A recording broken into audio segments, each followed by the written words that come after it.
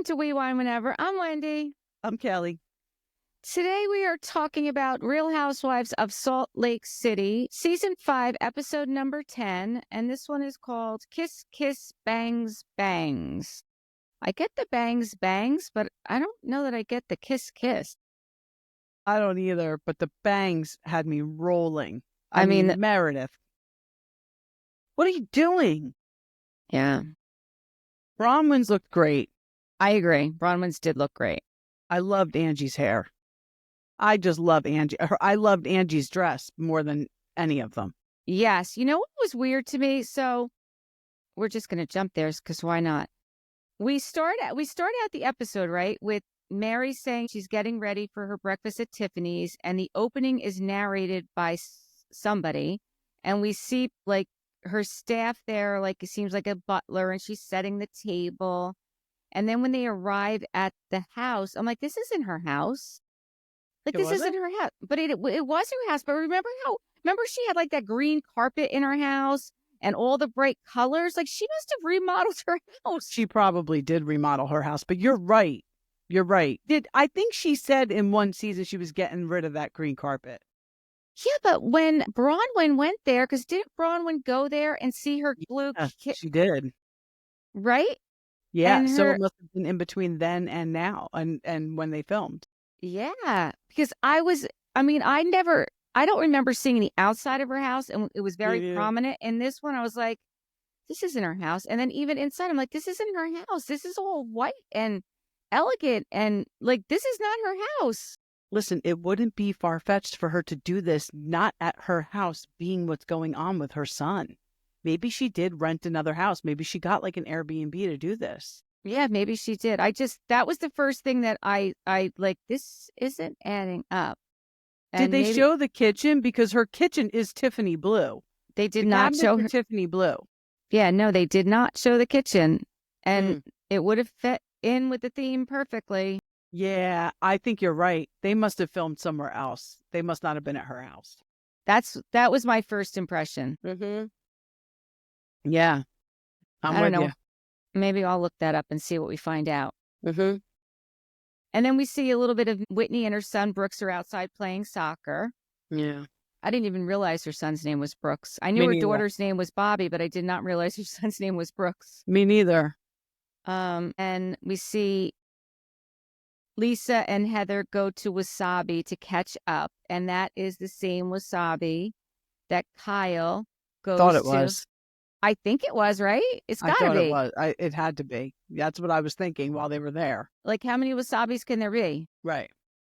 I thought it was funny that Heather thought she was going to a Japanese restaurant because wasabi is the spicy mustard. Yeah, like, how did you not know? Don't you live in Salt Lake City? Yeah, that's what I was thinking. Kind of a famous place, isn't it? If Kyle was going, I'm assuming. That's what I was thinking, too. Isn't that where Kathy got annoyed because Lisa Rinna asked for Kris Jenner's vodka or tequila? No, she asked for somebody else's because Kathy was promoting Kris Jenner's, wasn't she? I thought Kathy was promoting her own and she asked for Kris Jenner's. I could be wrong. Wait, it's not Kris that has one. It's Kylie. It's 818 is Kylie's. Yeah. I don't know. But yes, that is the place where there was a tequila scandal and where they had hats. Like, yes. There was a bar and hats all in the same place. Yes. I thought that was a little interesting that she had no idea what it was. But when they get there, once again, they're talking about Lisa and what happened with Bronwyn and what Heather's take on the whole thing is. This whole story is ridiculous and it is so played out. I feel like Lisa twisted some things when she repeated it back to Heather. Did you feel like that? Like, I can't think of specifics because I didn't write them down, but I felt like while I was watching it, I was like, that's not exactly what happened. She does twist things. She definitely does. So she's telling, the one thing that she didn't twist, she is telling her about Todd saying that they were going to have to leave if, she didn't make things right. But she didn't say what she did leading up to that. Like, she didn't say that she and Bronwyn got into it. Right. She did say that Bronwyn was upset about her calling her on the phone when she was talking to Heather, because that's what the blow up was really about at that point. Right. but she wasn't really specific. Also, before we saw Angie and her daughter, Electra, and they were, I don't know where they were planting. Was that at her house? I thought it was a place like up the road, like a garden center? Yeah. Yeah. Okay. Where you can go do that. Yeah. Yeah. Her daughter was calling her a helicopter mom. Yeah.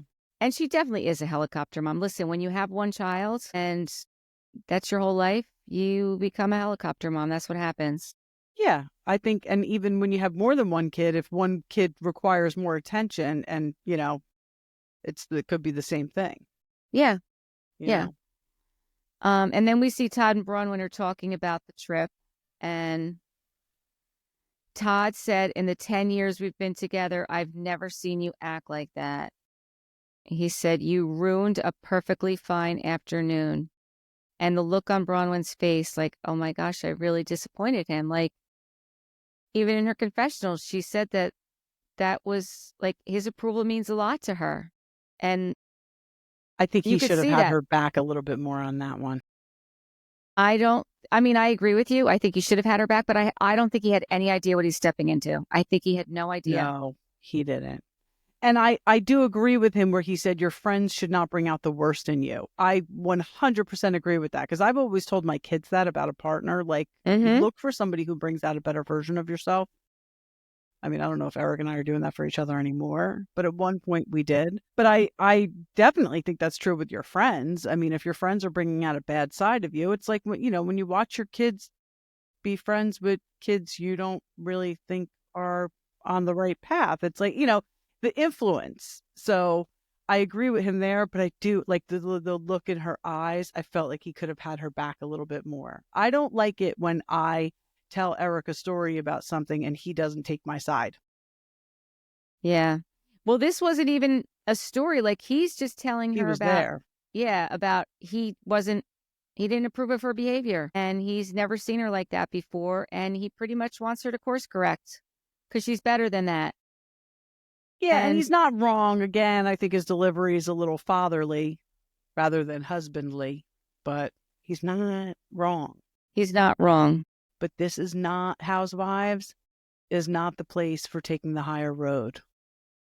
She's too classy for this show. Well, I don't know if I'd go that far. I don't say that about a lot of housewives. No, you really don't. You really don't. I think she might be. Let's back it up a second. Remember when Heather went over to her house, there was dog shit on the floor? Not the best homemaker.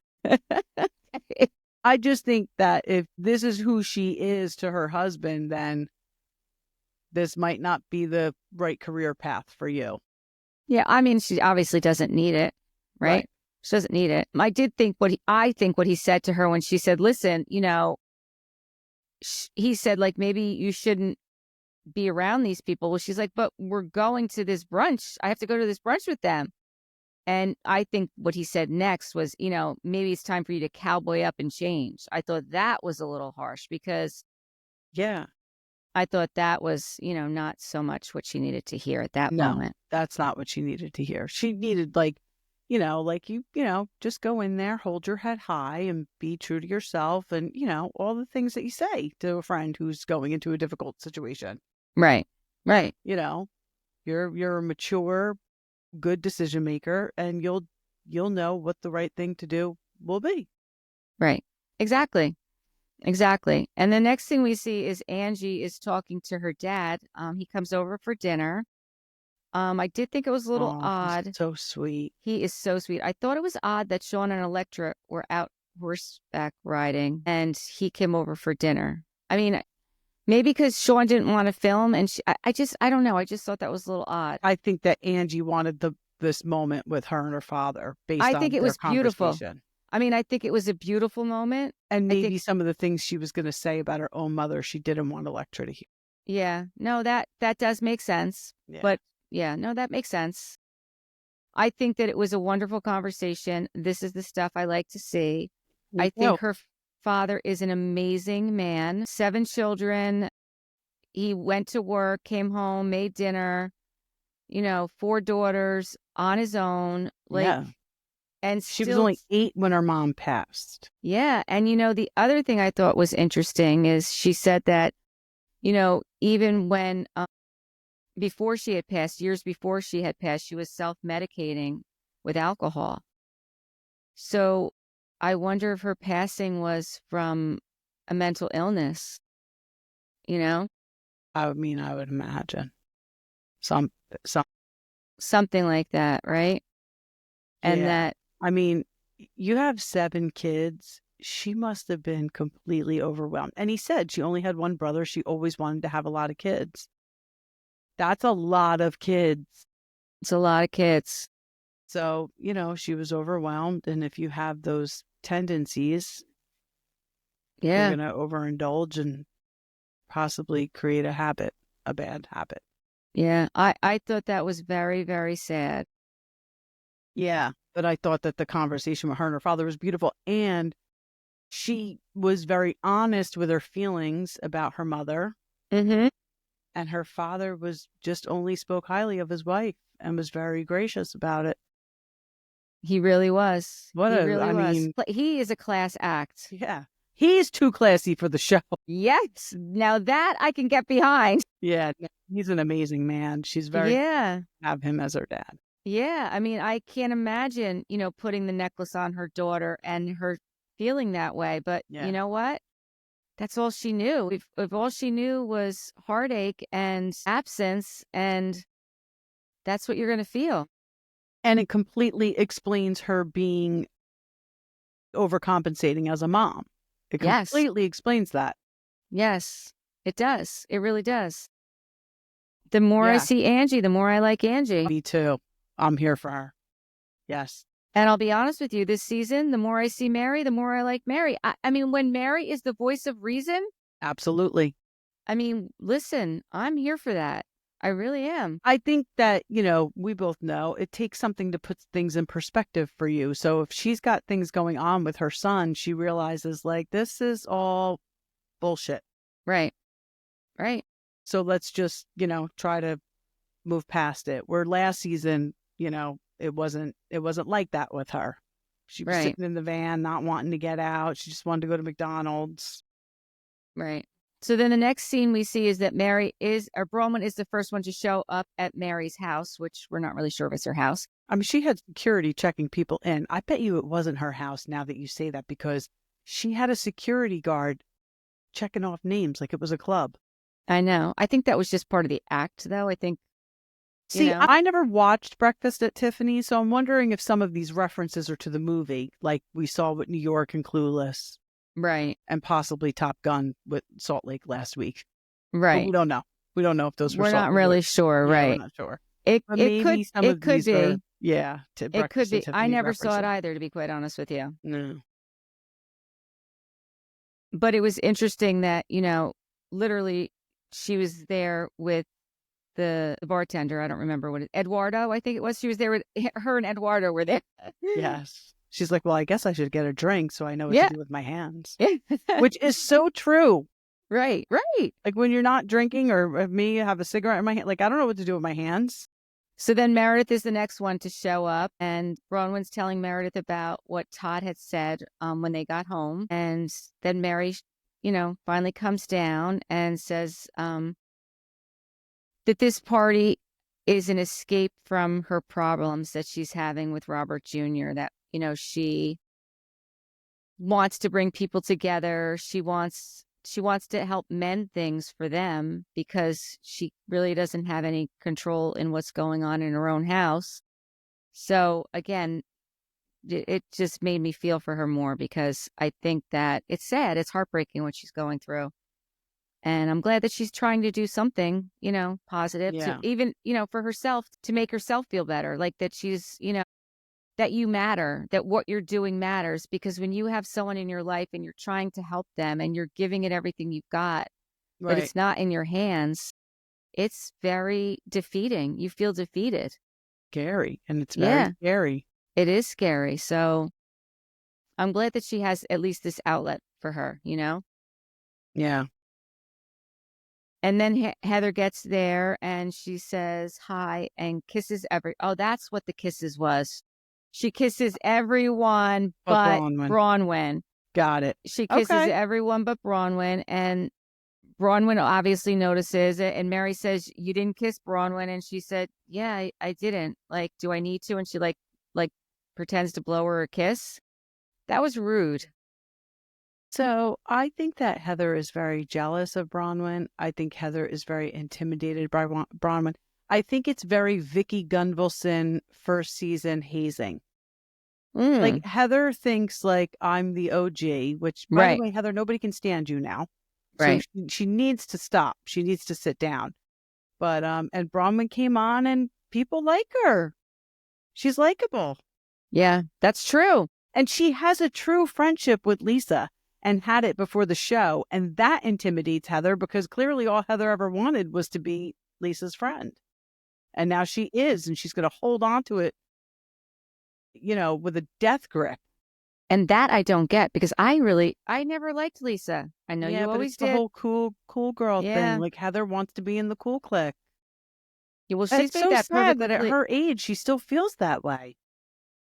Yeah, it is sad. And it's not only at her age and all that she's done. She's left her husband. She's left the Mormon church. She's, written a bestseller. She has the beauty lab. Like, she's done this all on her own. Like, she doesn't need to be in the cool girl. She can be her own cool girl. Right.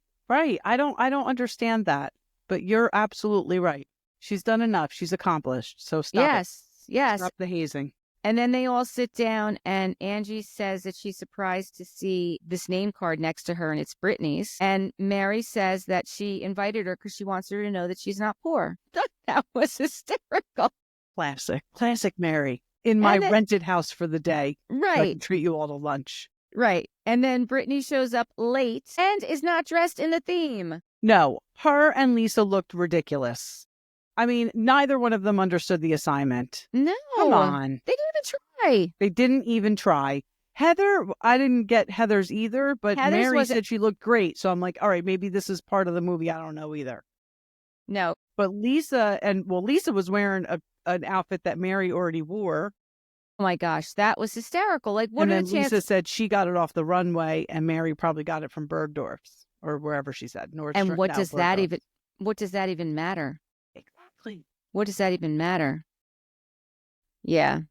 And honestly, it was a good color, but that was not anything that was breakfast at Tiffany's. No, that was not. It was Tiffany blue. Yes, I said the color was right, but it wasn't But that's it. That's it. Right. And then Mary cheers to everyone, which I thought was nice. And then Heather says, thank you for including everyone to this lunch because we know that didn't happen with the Palm Desert event. Now, that is not a way to thank someone for inviting you to lunch by shading someone else. Who's attending the lunch. Right. Who you didn't kiss and you kissed everybody else. It's just rude. It's just rude. And then Mary says we should all enjoy Meredith's caviar that she brought for all of us to enjoy. I guess she needed a plug. A little. Yeah, exactly. She needed a little we're like, there. Oh, that's right. Meredith sells caviar. Right. And then all of a sudden, Britani starts going off and she stands up and is like, what's going on? I really thought I was in an alternate universe. What was she doing? Well, that didn't happen yet. First, okay. And Bronwyn actually talk and kind of, Heather starts this whole, I'm very protective about my friends. Heather's so full of shit, but I think she felt backed in a corner because, listen, my money's on Bronwyn. Yes, it is. And they actually do get past what they're dealing with. Yes, that's right. And then Britani stands up and says, what about me? Literally says, what about me? Yeah. What are you doing? You're a grown woman and you're a friend of. Yes. Bronwyn and Heather are full-time housewives. They have the floor. Nobody cares about you. Right. I mean, I don't know how nicely to say that, but it's just kind of weird. Very weird. And then she's yelling at Angie, she invited her to her church gathering and she brought her wine and how dare you bring me wine? And Angie's like, well, you're drinking now. And you're doing, what'd she say? I have it. Britani, you're doing 3 guys. and you're worried about people from your church knowing you drank. Seriously. Yes. I mean, and she looks at Heather and she's like, you of all people should understand this. What? That you're hiding who you really are from your church people? These are the people who give, people with faith a bad name. Right. Because they are hiding who they really are behind their faith. Right. And Heather understood it because she left that life. And Whitney said to her, like, are you upset that she brought you wine, or are you upset she brought you wine in front of your church? And she's like, well, no, I'm upset she brought it to me in front of the church people. That she outed you. Right. That's what you're upset about. Absolutely. That was crazy. Yeah, she's a train wreck, Britani. And what about Mary saying that, I don't know about the three guys, but I know that Jared's sliding into my DMs. Who saw that coming? Oh, that was a mic drop moment. Holy cow. I was like, and then we see them. Jared is sliding into Mary's DMs. And good thing she don't have time for that. Holy cow. I mean, she's a pastor, for crying out loud, and married to a pastor. Like, what is wrong with you? That was crazy. I can't even. I mean, she's obviously a very attractive woman, but she's, married publicly. Like, we all know she's married. He is a dirty dog. Yes. That just an F boy. Yep. That just shows you more and more of who he was and who he is, right? Yep. I almost fell over when I was like, wait, what? I mean, of all of them to say it, Mary. Like, honestly, what did he think Mary was going to take that bait? Stop it. Mary would never take that bait. Gosh. And I think it's so funny because I'm just thinking back to when they were at the party at Angie's house and Britani shows up with, I think his name was Aaron, and Mary's trying to convince Meredith that it's Jared. Like, she doesn't know who Jared is. 3 weeks prior, she didn't know who he was.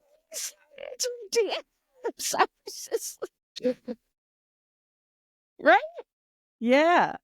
She was probably like, who is this really? She probably didn't, like you said, like didn't even know who it was out of the two. And they did look alike. Oh, when I was watching that, I was like, oh, Mary, you are bringing me life in this show. Yeah, that was so good. That was great. And then how about Lisa trying to make it like Angie was just as mad as her about the plane seats? Oh, gosh. And then they flash back and she was like, all she said was, I don't even know where Shawn's sitting. That's all she said. Right. Not like, I can't believe I'm in coach.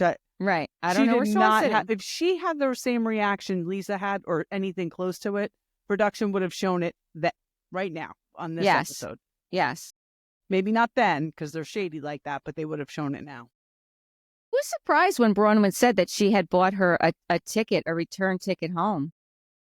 And she said first class. First class, which, again, that's why they were all getting upset. Like, well, where was my first class ticket? Yeah. She gave it to her glam. Like, she probably gave it to her glam. Did they really expect her to buy? What were there, 4 couples? Yeah. 5 couples. Because Meredith, Whitney, Lisa, Angie, and Bronwyn were all there. Did they really expect her to pay for 10 first class tickets? Fuck you.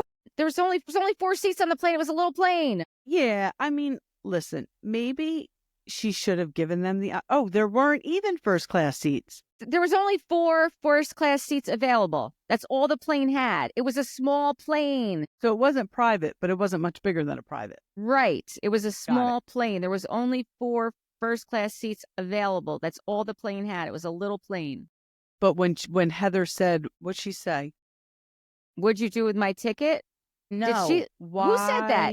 If it was only a 50-something minute ride, then why did you have to get first class? And she said, because it's my goddamn credit card. That's right. I mean, cute. Right. And even when Heather said to her, what I know about Todd is that he doesn't have a prenup. He, what was the second thing? I don't know if I wrote it down, but I did write it down, but I'm all over with my notes. Okay, the 3 things I know about: he doesn't have a prenup, he collects Starbucks mugs. Yeah. And he's rude to people when he's on a trip with them. Bullshit. Why does he need to have a prenup? Why do you give a shit whether Why or do you not? care? That's why I really think it comes down to her just being jealous of Bronwyn. She's jealous of her. It has to be because it Yeah. doesn't make any sense. Who Why cares? would you care if someone has a prenup or not? It has nothing to do with you. No, and listen, they've been married for 10 years. Like, They haven't been married for 10 years. That's the other thing I think is odd. She just put on Instagram today or yesterday, they were celebrating their 8th anniversary. So I think it was 10 years ago that they met. okay. Even still, who Right. cares? Right. Again, I mean, the It's prenup not thing just, anybody's business. it's not. It's I'm really over, I'm not. over Heather. Yeah. And Bronwyn's still saying she wants to move forward with Heather at this point. She's still saying it. Yep. And Heather says, she apologizes for coming off so harsh. I don't know what made her decide to apologize at that point because it didn't even fit in with the scene because she was so hot. And then all of a sudden, okay, I've really come off. Yeah, no, you did come off really harsh, but what changed? Like, was this scene really like 3 hours long and all of a sudden they're like, you need to tone it down a little. It I didn't think she fit. felt backed in a corner. I really do. Because Bronwyn wasn't playing with it. Yeah. And now Brittany's apologizing to Bronwyn. She's so thirsty, Brittany. I'm not sure what the heck's going on with her either. Like, why is she even there? I don't know, but I'm really getting over it. I'm really getting over it. And then with Angie and Meredith. So I didn't realize this. So Meredith says she doesn't want to go backwards with Angie because Angie brings up the whole podcast thing.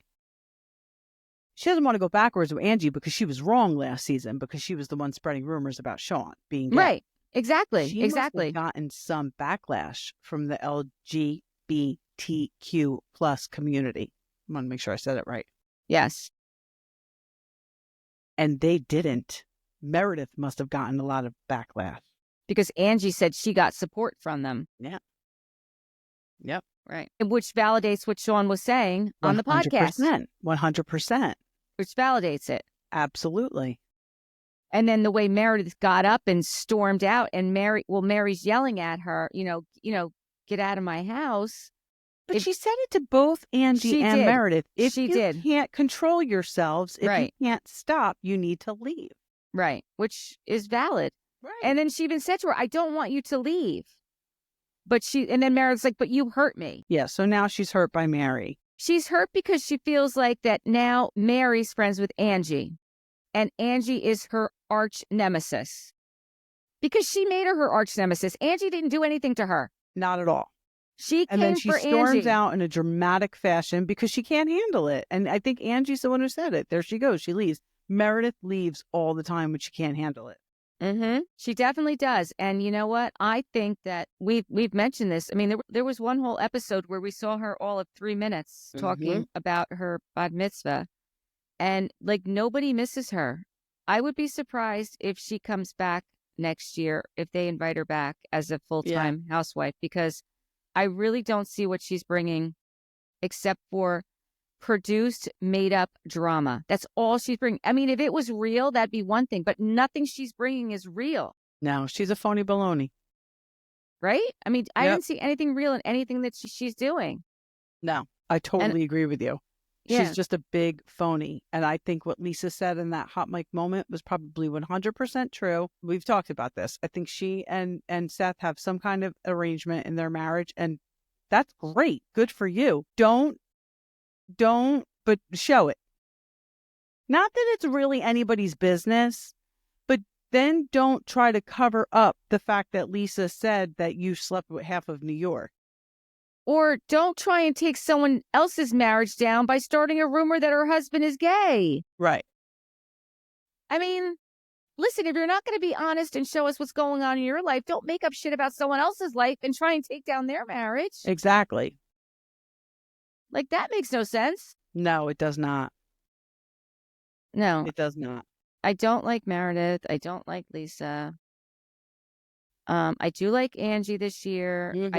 I do like Mary this year. I have no idea what the heck is going on with Britani. Whitney, I'm on the fence with. I mean, It's funny because Whitney really annoyed me this season up until this episode. This episode, I was like, okay, this is a Whitney I can get on board with. Yeah. Like when she was saying to Heather, like, you know, although she's got to stop using the word trauma. I know. She was like, you and I share the trauma of our friendships. I'm like, oh my gosh, enough. Yeah. You know. I don't know. Me neither. We should mention that Lori is normally here with us for Salt Lake City, but she is on assignment. On assignment. She is. She is on assignment for her interior decorating biz. Yes, she is. So, we'll Lori, see her in 2 weeks. You're missed. You are missed, Lori. Yes, we miss you, Lori. We're going to do our charcuterie board when you get back. Yes, we are. Okay. But, yeah. Anything else? This was a good episode. I am liking Salt Lake City. I mean, at least it's not like New York where you're like yawning through the whole thing. Yeah, no, I agree with that. I agree. So, Brittany's a little much, but I like Bronwyn. I do too. And a lot of people don't like Bronwyn. What are they saying about her? They really don't like Todd, and they think that she is a gold digger. Really? People really think that? Yeah. That's what I've been reading online. I don't see that, but I don't know. I don't see that either. I just don't. She's not giving me Mia vibes. Let's put it that way. No, she's not giving Mia vibes. I think she's a very classy lady. And I think that obviously there's obvious reasons he would be attracted to her, not just because she's beautiful, but she's intelligent and, you know, she's sophisticated. And I could see her, I mean, you know, I could see her being attracted to him. He's a successful businessman. I don't know. I don't get the gold digger vibes from her at all. I don't either. I like her too. I mean, I like her, but I know that there's a lot of people out there that don't like her. I keep seeing it and I'm like, I don't feel that way. Listen, any woman who raises their child without a father in their life and does it, and because her daughter seems lovely, you have to have mad respect for that woman, because this is fucking hard raising kids with somebody else alongside of you. Yes, it is. So doing it by yourself, and she didn't even have her parents' support, it doesn't sound like. Not in the beginning. She did not. Not in the beginning. I mean, I think she certainly didn't have around. His family. Right. I mean, I just have mad respect for anybody who does that. Single dad or single mom. It's very difficult. Not only financially, but emotionally and keeping your fucking sanity. Yeah. Yeah, absolutely. Right. Okay. Until next time, thank you for watching and listening. Please give us 5-star reviews and tell your friends. Bye. Bye.